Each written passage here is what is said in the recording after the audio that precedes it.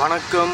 2021 சட்ட ஒழுங்கு சரியாகணும், இலவசம் வேணாம், விலைவாசி குறையணும் அப்படின்னு நினச்சி உதயசூரியன் திமுகவுக்கு ஓட்டு போட்ட மக்கள் அனைவருக்கும் வணக்கம், நன்றி.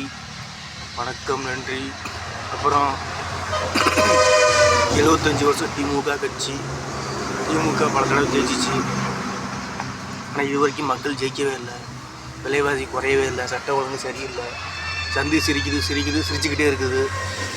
2021 2025 வரையும் சந்தி சிரிச்சுக்கிட்டே இருக்குது. இப்போ என்னன்னா, திமுக மறுபடியும் ஜெயிச்சா என்ன ஆகும்?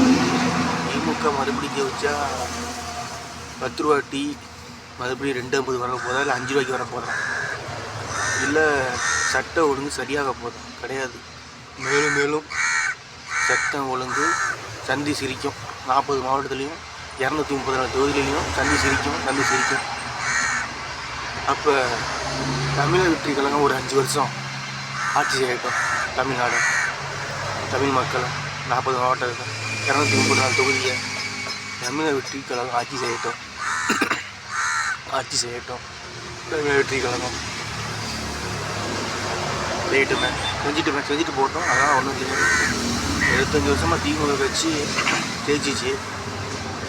75 வருஷமாக மக்கள் ஜெயிக்கவே இல்லை. அப்போ என்னன்னா, திமுக ஜெயிச்சிச்சுன்னா வாடகை வீட்டு இருக்கிறவங்க சொந்த வீடு கட்டிடுறாங்க, சொந்த வீடு வச்சுருக்கவங்க 2 வீடு வாங்கிடுறாங்க.